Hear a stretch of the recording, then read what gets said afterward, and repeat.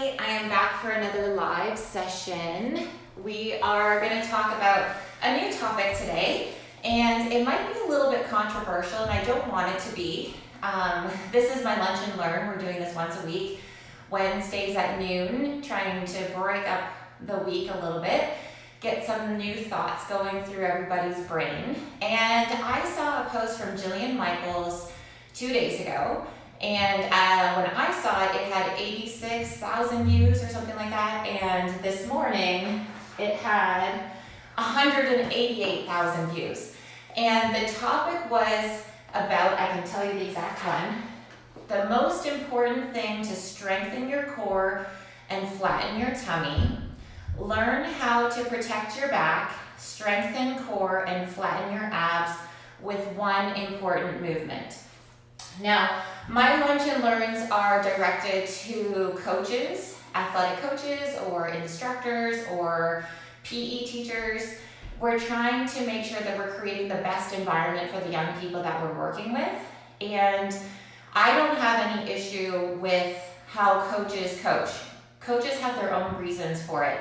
I just happen to disagree, and I coach a little bit differently than what Jillian is teaching in this video. Her video has a specific exercise, which is the sit-up, and she's coaching to have a flat back when you're going through any kind of core exercise. And she can correct me on this, but this is what I took away from it.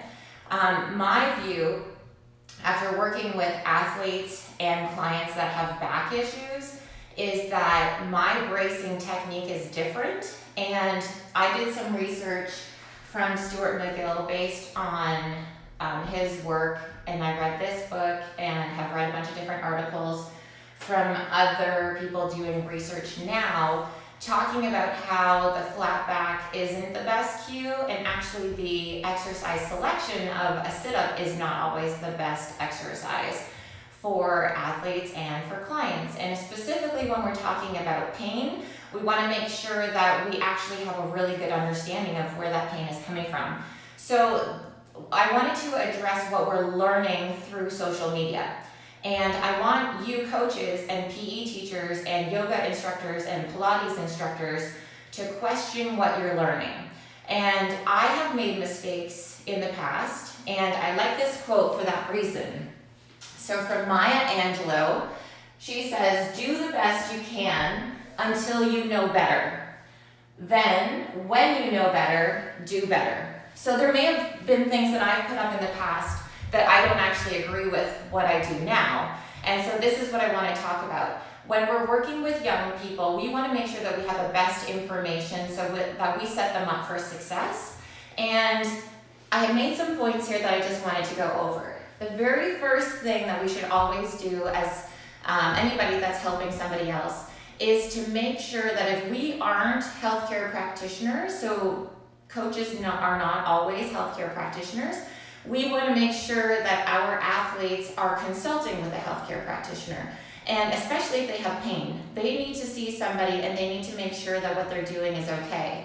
And then we have to take our ego out of it. So if that healthcare practitioner says that some of the things that we might have been doing with that person isn't the best, we have to kind of reevaluate what we're doing and then change things up. So that's one of my points as well.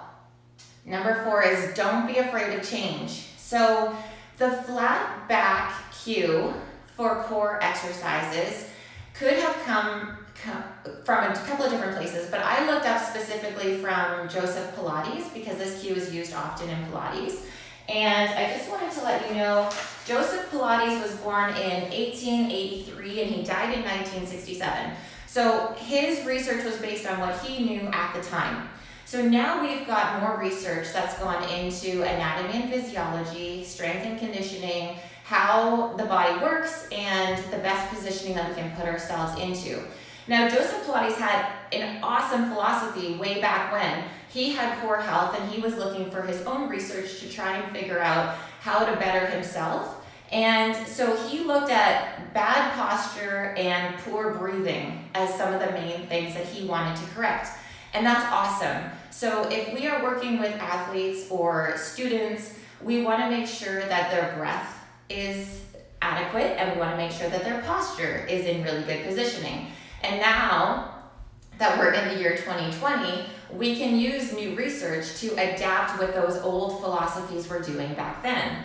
So he even quoted in one of his books, "The spine should be flat like a newly born infant, even throughout adult life."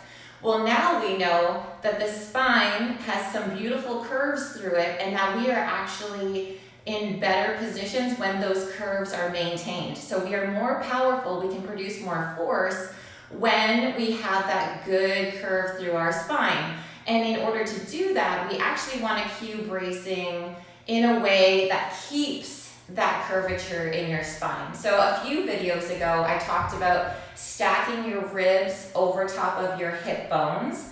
And this is going to be keeping that nice curve through your spine and alignment with your pelvis. So as soon as we start to shift that, so here's my alignment. You can see that I've got a curve in through my spine.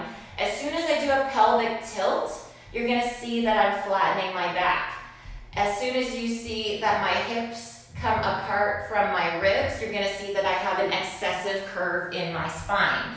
So when we're coaching kids and when we're coaching students in gym class, we want to just have simple cues that they can use. One of the easiest things that I have come across is to cough. So if you were to just go, that's going to set all of those amazing core muscles to protect your spine. So very simple. It doesn't have to be very complicated. We just want to go on really good information.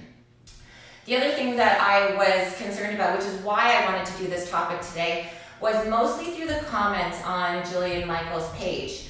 And we don't know what's going on with you. So Jillian Michaels doesn't know what's going on with you. I don't know what's going on with you because we're not working one-on-one. We're not doing assessments. We don't know exactly what your health situation is. And now there were yoga instructors that were saying, this is awesome, I can use this with my students. There were people that were recovering from having children, so women that were pregnant.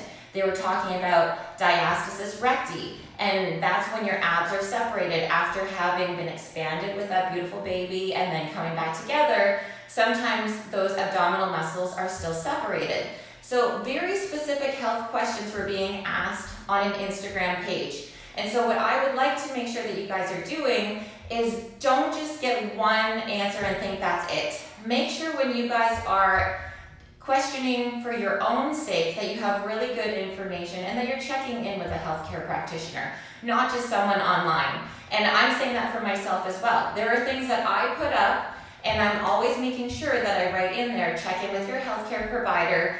If there's pain, number 2, don't do it, okay? So maybe on the Instagram post, it says this will help with your back. Well, if your back is in pain and you think, okay, this is gonna help, but the pain is still there, you need to do some more research on your own to make sure that you actually do know what's going on.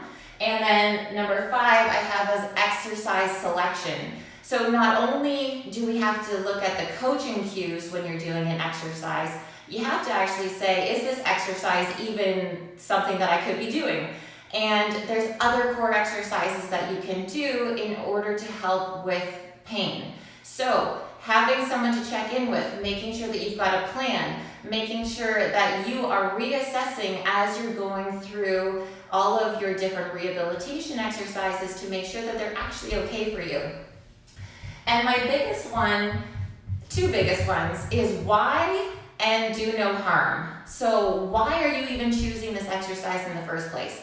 Sit-ups have been around for a long time. It just seems to be a staple in everybody's exercise routine, and it doesn't have to be. So think about why you're even doing it. Is it just something that we've always done?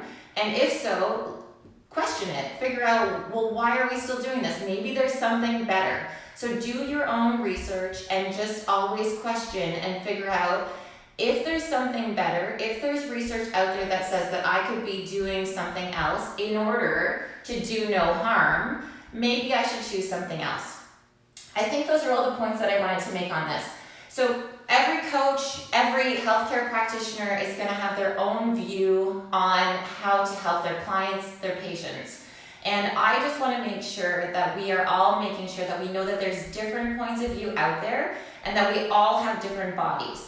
So if your body is not liking what somebody is suggesting, know that that's not the only thing that's out there. So question, do your research, make sure, especially if you're working with other people and you're teaching other things, that you are okay with the knowledge that you have. And if you have new knowledge, then that makes the old knowledge non-existent, make sure that you're okay to change. Your ego doesn't have to be a part of it. You can be very secure in knowing that you're just doing your best at that present time, that you're still looking to do better, and when you know better, you do better.